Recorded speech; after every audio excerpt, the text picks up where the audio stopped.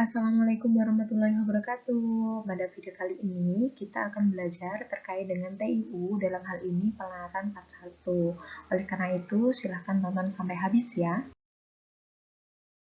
Dalam penalaran matematika, ada dua hal yang perlu kita pahami. Yang pertama adalah premis.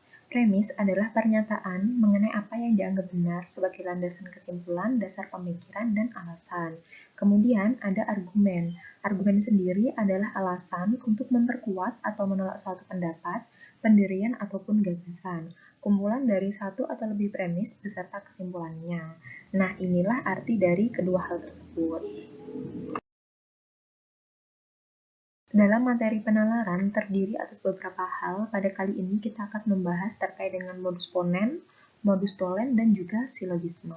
Apa saja hal tersebut? Mari kita simak. Untuk yang pertama, kita akan membahas terkait dengan modus ponen. Rumusnya, yang pertama, premis 1 itu adalah jika P maka Q, premis kedua adalah P, maka kesimpulannya adalah Q. Sebagai contoh, premis 1, jika hari ini Senin, maka Lulu pergi ke sekolah. Premis 2, hari ini Senin, maka kesimpulannya adalah Lulu pergi ke salon. Nah, kenapa hal itu bisa terjadi? Kita ibaratkan P itu adalah hari Senin, sedangkan Q adalah Lulu pergi ke salon. Maka premis 1, jika hari ini Senin, jika P, maka Lulu pergi ke salon, maka Q. Nah, premis keduanya, hari ini Senin, berarti disimbolkan sebagai P. Maka kesimpulannya harus Q. Nah, Q itu apa? Q adalah Lulu pergi ke salon.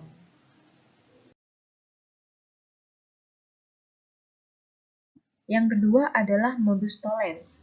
Premis 1, jika P maka Q, premis keduanya ingkaran Q, maka kesimpulannya adalah ingkaran P. Langsung saja kita ke contoh. Premis 1, jika hari ini hujan, maka halaman basah. Premis kedua, halaman tidak basah. Maka kesimpulannya adalah, nah yang pertama, hari ini hujan itu adalah P, halaman basah itu adalah Q. Jadi premis 1 adalah jika P maka Q, dan premis 2 ingkaran Q. Maka kesimpulannya harus ingkaran P, berarti ingkaran P adalah hari ini tidak hujan. Yang ketiga ada silogisme, di mana pada silogisme ini sendiri, premis 1, jika P maka Q, premis keduanya jika Q maka R, maka kesimpulannya adalah P maka R. Sebagai contoh, premis 1, jika Bima juara, maka Bima dibelikan laptop. Premis kedua, jika Bima dibelikan laptop, maka Bima bahagia. Nah, kita tulis dulu keterangannya. P itu Bima juara, Q itu Bima dibelikan laptop, dan R itu Bima bahagia. Nah, premis 1, jika Bima juara, jika P, maka Bima dibelikan laptop, maka Q. Kemudian premis kedua, jika Bima dibelikan laptop, berarti kan Q ya, maka Bima bahagia, maka R. Jadi premis ke-1, jika P maka Q, dan premis kedua itu jika Q maka R, maka kesimpulannya adalah P maka R. Maka kesimpulannya, jika Bima juara, maka Bima bahagia. Nah, berikut ada 3 soal yang akan saya sampaikan. Soal yang pertama, premis 1, jika Mita rajin belajar, maka Mita juara kelas. Premis kedua, Mita rajin belajar, maka kesimpulannya apa teman-teman? Oke, untuk lebih tahu, maka kita lihat tulis dulu ya. Kita ibaratkan Mita rajin belajar itu P, dan Mita juara kelas adalah Q. Maka premis 1, jika Mita rajin belajar, jika P, maka Mita juara, dapat kita tuliskan maka Q, sehingga premis 1 jika P maka Q. Nah, premis 2 kira-kira apa? Oke, Mita rajin belajar, berarti kita simbolkan dengan huruf P. Maka kesimpulannya apa? Oke, benar ya, maka kesimpulannya adalah Q. Q itu apa? Mita juara kelas. Oke, untuk soal yang kedua, premis 1, jika Nadia liburan ke Bandung, maka berkunjung ke Lembang. Premis kedua, jika Nadia berkunjung ke Lembang, maka membeli bolu kukus. Maka kesimpulannya apa? Langsung saja kita tulis premis 1, jika P maka Q, premis kedua adalah jika Q maka R, yaitu P-nya itu Nadia liburan ke Bandung, Q-nya itu berkunjung ke Lembang, R-nya itu Nadia membeli bolu kukus. Maka kesimpulannya apa? Kesimpulannya adalah P maka R. Nah, maka dapat disimpulkan bahwa jika Nadia liburan ke Bandung, maka Nadia membeli bolu kukus. Oke, lanjut ke soal nomor 3.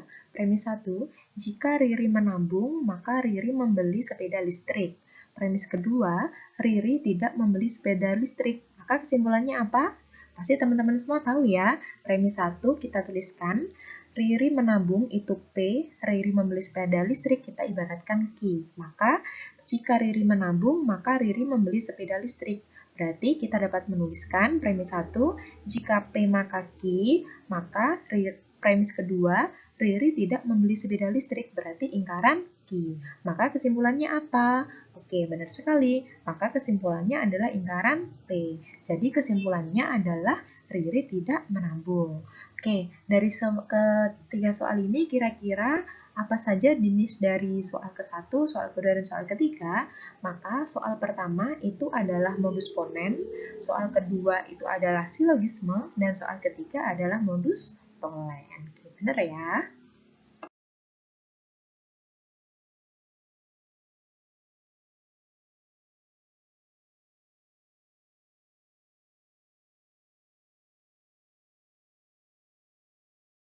Oke teman-teman semuanya, jadi kita simpulkan bahwa pada hari ini kita belajar terkait dengan modus ponen, di mana modus ponen itu premis 1, jika P maka Q, premis keduanya P, kesimpulannya maka Q.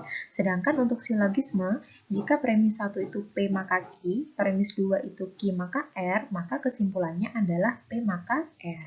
Dan yang terakhir adalah modus tollens, premis 1 P maka Q, premis keduanya ingkaran Q, maka kesimpulannya adalah ingkaran P.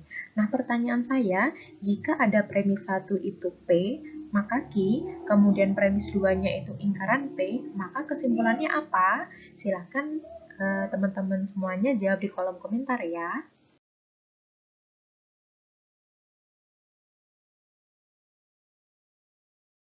Nah, sebagai penutup, saya berikan soal kepada teman-teman semuanya.